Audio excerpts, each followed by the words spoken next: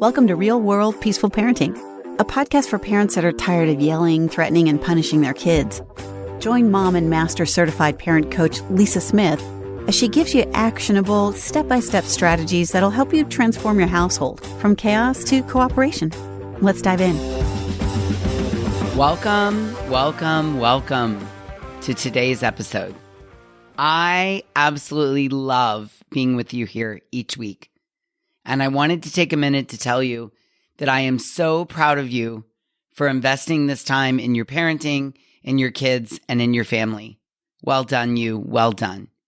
And as we head further into 2022, and we focus on this year being the year of becoming a better parent, I wanted to show you what's possible by sharing with you some success stories of parents who, just like you, are on the path to peaceful parenting, using the mantra, progress over perfection. These are parents that found me just like you and have been working on connecting with their kids and increasing the cooperation in their families. And as I read each story, listen to where each parent is using the tools that we talk about each week and where the parents are putting the tools to use. And as you're listening, think about where you can apply these lessons and tools in your own parenting of your kids at any age and at any stage. I bring you today's episode to inspire you and to motivate you to keep going and for you to see exactly what is possible. You ready? Let's dig in. Okay, story number 1 is about Susan. Susan said, "I've been working hard to capture and rule my thoughts. Today my kitty felt ill. When my animals are sick, I get instantly triggered and I feel the panic try to rise. And I told my brain, be quiet and sit down.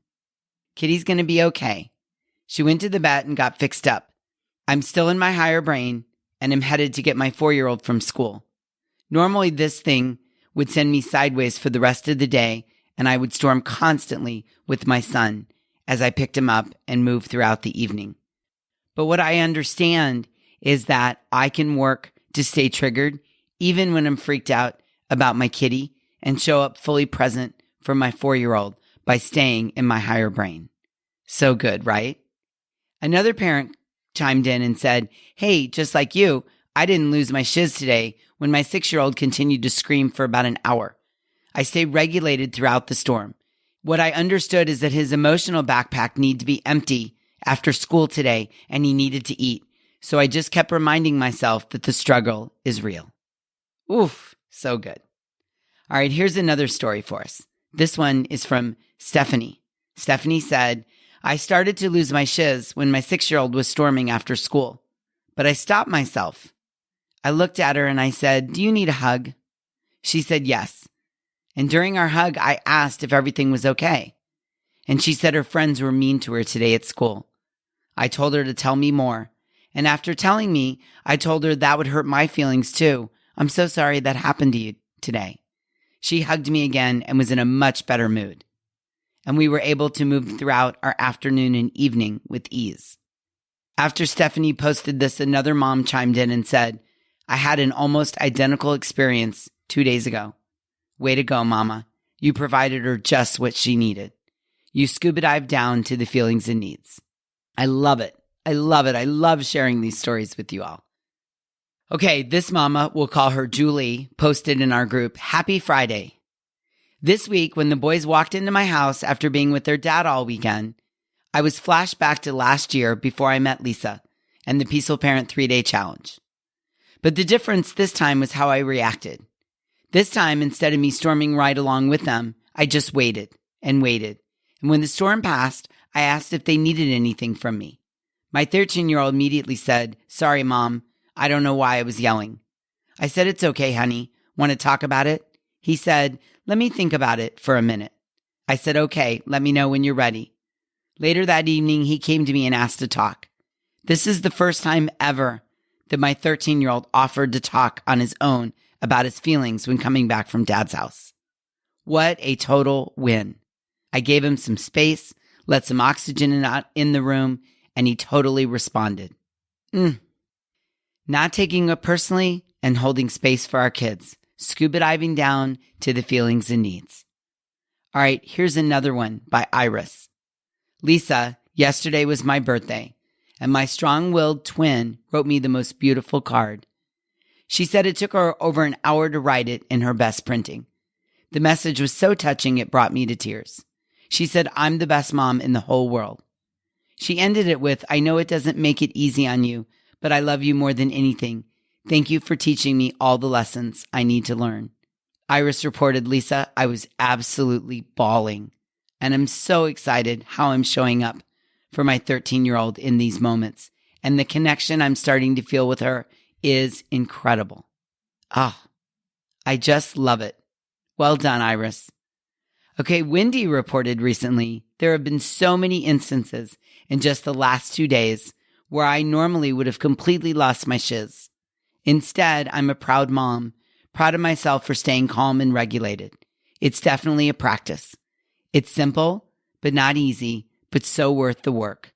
And in exchange, I'm feeling connected with my daughter, maybe for the first time ever. Way to go, Wendy. Way to go. All right, now we've got a story from a mom we'll call Jonah. She said, well, I did have a moment. My daughter was being silly and flailing around this morning, getting ready for school. I was calm and in my higher brain, and then I saw it coming. I felt myself starting to get triggered. I fought the feeling back. I tried to hold it down, but then my daughter got close to me, and I asked her to calm herself. She threw herself forward, and I grabbed her and immediately reprimanded her. Stop it, I said. And in that same moment, my brain said, whoa, how did that just happen? So Jonah said, I asked myself what triggered me. Was it her being silly? No, it was the flailing around. Yes. This mom realized that she was getting triggered because she got scared. She got scared that either her or her daughter was going to get hurt. One of us getting hurt has happened in the past, and now I realized her flailing incites fear in me. It's not her behavior, it's my fear. My brain is trying to tell me, danger, Will Robbins, danger. You must be in fear. Something bad is going to happen. So I told my daughter I was sorry, and I told her that I'm working on it, that I was scared and I didn't react well. We snuggled, and then I slipped into some tickling, and we were both reset. I was calm again, and now I can see. Now I know what's going on. I was triggered. I was triggered by my fear. However, now I feel empowered. I feel more in control of my thoughts. And the next time this situation presents, I know I'll be able to even quicker identify my fear and move back into my higher brain. Oh, that is so good. That is so, so good. Can you imagine that happening for you with your kids? Understanding your triggers real time while they're happening and be able to work on them yourself rather than projecting them onto your kids. Oh, I want that for every single one of you. Every single one of you. All right, this parent, we'll call her Chrissy, shared with us recently that back in October, she got the dreaded phone call from her preschool that there needed to be a meeting about her son's behavior. She said, I didn't care for the way the meeting went, and I left feeling crushed as though something was wrong with my 3-year-old. The bright side, that incident led me to finding Lisa and Peaceful Parenting. Even though I haven't been as engaged as I intend to be, I've learned so much. Fast forward to today when I received another call for a second meeting from the preschool. Based on the work I've been doing here, I felt far more prepared to take the call and very proud of the way I spoke with the director. Clearly there's work to do here, and my son's having a hard time at school. But the win is that I feel like I can handle the problem and seek solutions in a way that I wasn't prepared to do before finding Peaceful Parenting. So thank you for being here and providing great support. I feel empowered and confident that I'm a better mom today than I was before finding Lisa and the Peaceful Parent. Yay, yay, yay, Chrissy. I am so proud of you. So proud. So, so, so proud. Okay, one more story from a mom we'll call Demi. She said, I just wanted to share. I have an extremely strong-willed 3-year-old. Every bath or putting clothing can be turned into the highest level of storming unless I give him choices. Then he's enthusiastic and more than happy to put his clothes on every single time. Oh, thank you, Lisa, for teaching me how to deal with him. It's still a work in progress, But the struggle was real before I discovered you. And now I have options that help him have options, that help him feel in control, that leads to connection. So good, Demi. So good. Another mom, Andy, chimed in, offering choices was a game changer for my spirited daughter too. Another mom, Mary, chimed in, same here. Our strong-willed children are making us better parents and better people, and I'm so up for it. Another mom said, I'm in the same boat with my boys. They love choices too, and it really works. I've learned empathy here. Just imagine being told what to do all the time and when all the time. I'd be ticked off too. So good. The aha moments happening inside this group are absolutely incredible. And I want that for you too. So remember, 2022 is the year to becoming a better parent. And I am fully committed to you. I'm fully committed to guiding you and supporting you and teaching you. I am your coach. I am here for you. And here's what I want you to know. To parent peacefully doesn't happen overnight. It takes practice to implement the new tools and a new way of parenting. And thankfully, even small steps with an increased awareness can result in big shifts in the quality of our relationships with our children. Every step we take towards increasing our peaceful parenting brings us exponentially closer to creating that deep connection with our kids and peace in the home, just like the stories I shared with you today. And behind every story that I shared, these are real, actual stories. The names might be changed, but these are real, actual things happening inside the Hive. Behind every story is a parent just like you. Yes, you, who started just where you are, who had the same exact struggles that you're dealing with. The difference? He, she, or they took the next step. They took the next step. Yeah? So maybe you're asking yourself, all right, Lisa, well, what is the next step? What is it? They moved from information to transformation by getting into action. Moving from information to transformation just takes action. And the best action I know is to join the Hive. If this episode really spoke to you and you want to be a future success story, I want you to come check out the Hive, because it will give you all the tools you need to move along the path to peaceful parenting. The Hive is a one-of-its-kind community that serves parents who want ongoing support with their parenting. It's designed to help you take small steps in your peaceful parenting journey that will bring you exponentially closer to being the parent you've always wanted to be. The Hive allows you to have me, a master certified parent coach, in your back pocket at all times and get answers to your questions without any obligation on your end. The Hive is not an online group of parents showcasing their social media perfect parenting. It's not an endless feed of inspirational quotes and empty cliches. It's not a place where I do all the talking at you. The Hive is designed to help you make small steps in your journey that bring you closer to the connection you've always wanted with your kids. I want to take a minute and tell you what's possible for your family.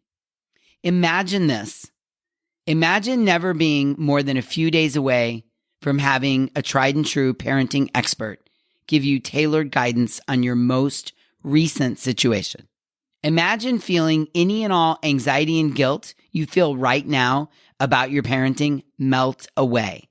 Imagine feeling deep love and connection with your child growing stronger every day. Imagine knowing that no parenting challenge, none, not one, is too big for you because of the vast experience and support you can immediately draw on within the Hive. If these sound amazing to you, I want you to know that you can make it happen. You can make it a reality inside the Hive. So consider this your personal invitation from me to you, your personal invitation to take action, to take the next step in 2022 to becoming a better parent. Go to thehivecoaching.com. That's TheHivecoaching.com to join. I absolutely cannot wait to welcome you into the community and get started working with you. And I really hope you enjoyed the stories, the success stories that I shared today. I really hope you enjoyed having a look at what peaceful parenting looks like day to day and what's possible for you. My goal in today's episode was to inspire you, to motivate you, to help you understand how you can move down the path to peaceful parenting using the mantra, progress over perfection. I want to let you know what is possible. I want to motivate you to keep going. So I'm going to keep doing this all year. I'm going to keep inspiring, motivating, and showing you what's possible as we move down the path to becoming a better parent in 2022. And if you're ready to take action, go to thehivecoaching.com and join us. We can't wait to welcome you into the community. And until we meet again, I'm wishing you peaceful parenting. Thanks for listening to Real World Peaceful Parenting. If you want more info on how you can transform your parenting, visit thepeacefulparent.com. See you soon.